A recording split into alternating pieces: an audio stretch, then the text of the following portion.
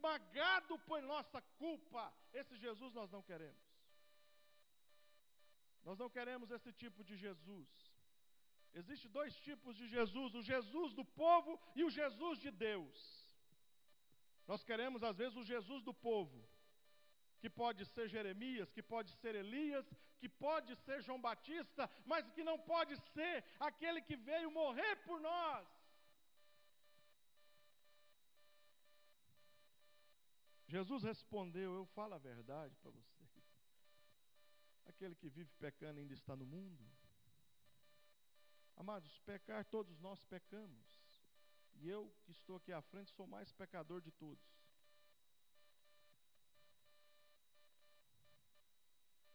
Mas a questão é viver na prática do pecado, nessa escravidão do pecado, na alienação do pecado, de pintar um Jesus diferente do verdadeiro Jesus, o Cordeiro de Deus que tira o pecado do mundo.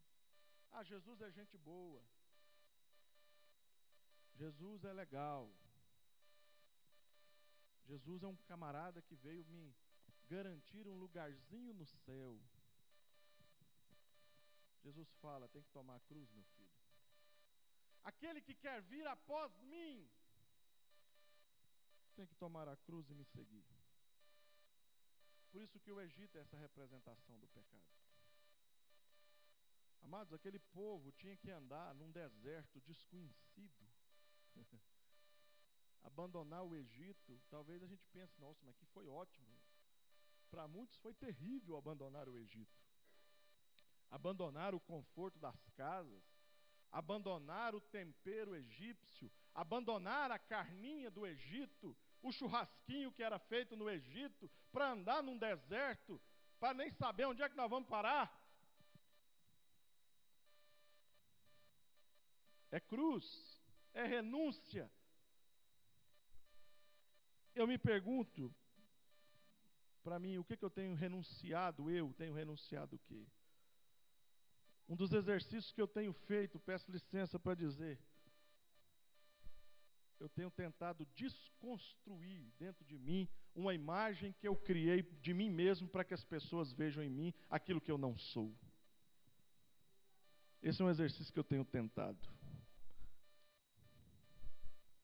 Eu tenho que ser uma imagem, não, eu tenho que ser o Hugo autêntico, cheio de limitações, cheio de erros, mas com a consciência clara que o Senhor Jesus, o Mestre Jesus, está ao meu lado para me auxiliar nesse processo de formação desse discipulado que Ele começou na minha vida, e na sua vida também.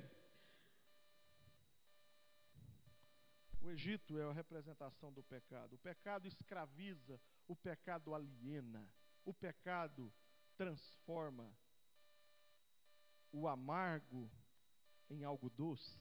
Como diz o profeta Isaías: o que é certo se torna errado, o que é errado se torna certo.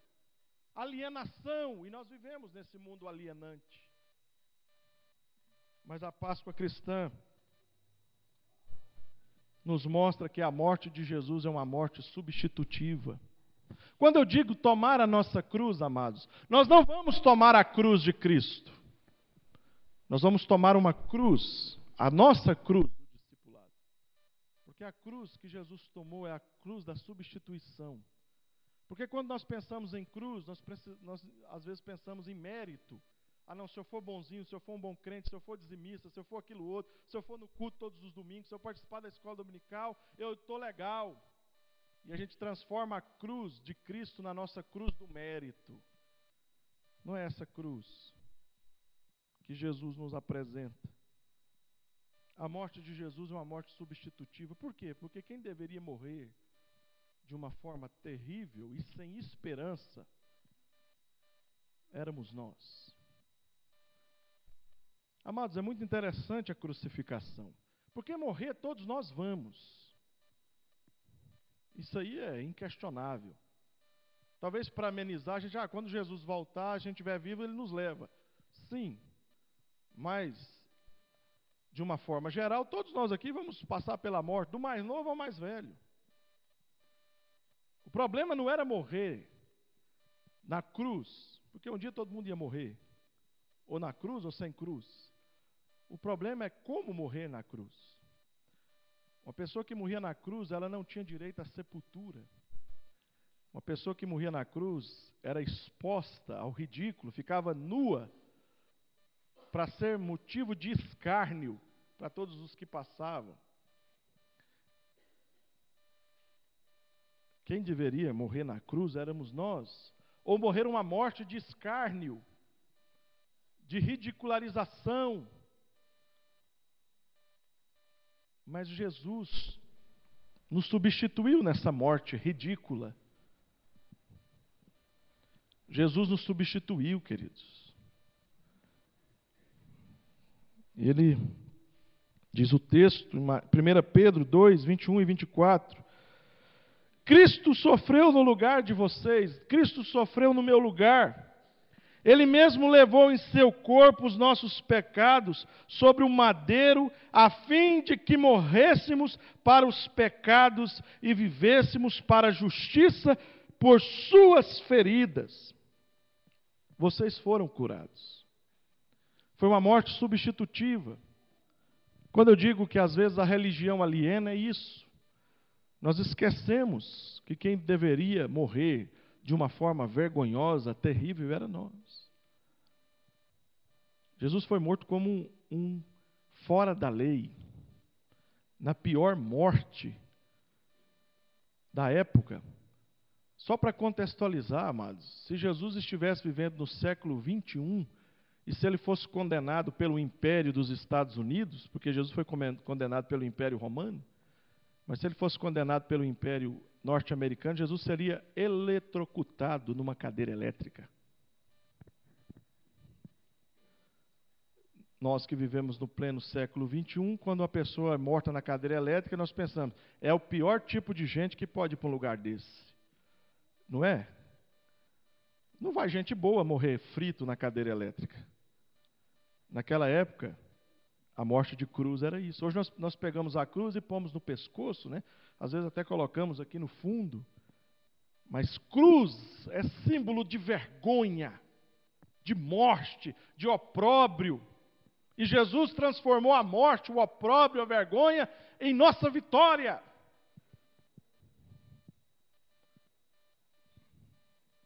Cristo sofreu no lugar de vocês, diz Pedro a nós. Essa é Páscoa cristã. E o sangue de Jesus, o que foi derramado, traz salvação e redenção.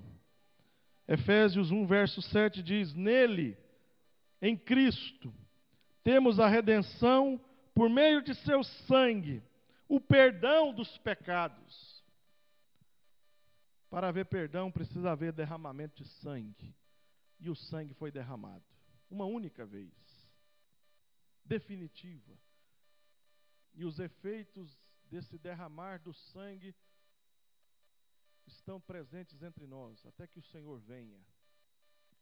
Por isso que nós tomamos o cálice e lembramos, esse é o cálice da nova aliança. Todas as vezes que nós bebemos do cálice da nossa nova aliança, nós estamos justamente afirmando que Jesus se derramou por mim e por você. Por isso que nós cremos, não é apenas um simbolismo, é algo mais forte, é o motivo da minha libertação, é um símbolo. Nós não cremos que ao tomar um cálice contendo suco de uva, esse cálice se transforma literalmente em sangue, como os católicos creem. Nós cremos que este símbolo representa a nossa libertação.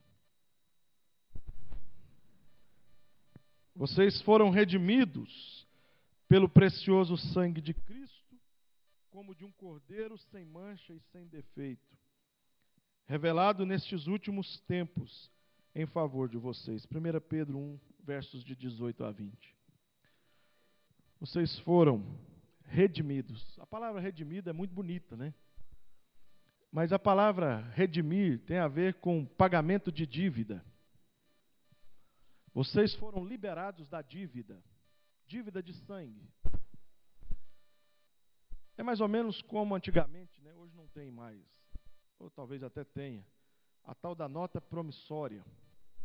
Você assinava uma nota promissória e dava ao seu credor um documento que você devia uma importância. E você, quando pagava aquela nota, você resgatava a nota, você rasgava aquela nota, porque você não tinha mais compromisso de dívida com aquela pessoa. Redimir significa entender que a nossa dívida foi paga. O sangue pagou a minha dívida. É como se eu chegasse num lugar e perguntar: quanto que eu devo aí? Nada. Você já foi liberado da sua dívida. Esse é o sangue de Jesus, que pagou a minha dívida, que pagou a sua dívida. A dívida da morte sem esperança. Essa foi a dívida paga. Eu acho que custa muito, não, irmãos? Saber que agora eu tenho esperança, não por mérito algum, não por religião alguma, não porque eu sou bonzinho, não porque eu sou crente, não. Eu tenho vida porque Jesus se entregou por mim, só por isso. Por isso que a religião se ofende ao ver o Jesus da cruz, o Jesus de Deus e não o Jesus dos homens. Porque ele pagou o alto preço. Ontem, quando eu digo ontem, no passado, a Páscoa simbolizava a escravidão no Egito. Morte do cordeiro em lugar dos primogênitos. O sangue na porta, o pão sem fermento e a saída do Egito. Hoje, a nossa realidade representa livres da escravidão do pecado. O pecado não é mais o nosso capataz, nosso Senhor. Considerai-vos mortos para o pecado e livres para Deus. O apóstolo Paulo escrevendo aos Romanos. A morte de Cristo em lugar da morte dos pecadores. Antes precisava se colocar sangue nas portas. Hoje se precisa colocar sangue no coração, que é a fé em Cristo Jesus. Nós não precisamos mais de símbolo. Nós precisamos de uma convicção que é gerada pelo próprio Espírito de Deus em nós. Não é carne e sangue que revela essas coisas a nós, querido. Não é o estudo teológico, não é o estudo da discussão dialética em torno das Escrituras, não é isso. O que gera esse entendimento de que é a fé em Cristo que nos liberta, é o próprio Espírito de Deus que gera isso em nós. Por isso que Jesus disse a Pedro: Pedro, bendito és, bem-aventurado és, feliz é você, Pedro, Simão Pedro, filho de João. Porque não foi nem carne nem sangue que te revelou que eu sou o Cristo, Filho de Deus. Essa revelação vem de Deus para nós, queridos. Se você tem essa compreensão nessa manhã profunda, que Jesus é o Cristo, Filho de Deus, meu amado, creia que você só tem essa percepção, porque o Espírito de Deus é que falou com você.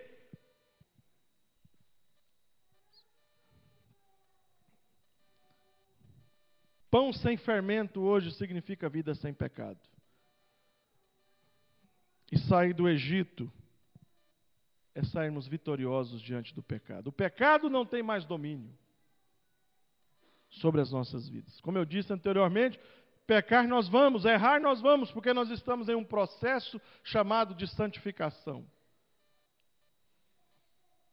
Mas ele não nos domina mais. Quero ler mais uma vez, 1 Coríntios, capítulo 5, de 7 a 8. Lançai fora o velho fermento, para que sejais nova massa, ou nova criatura.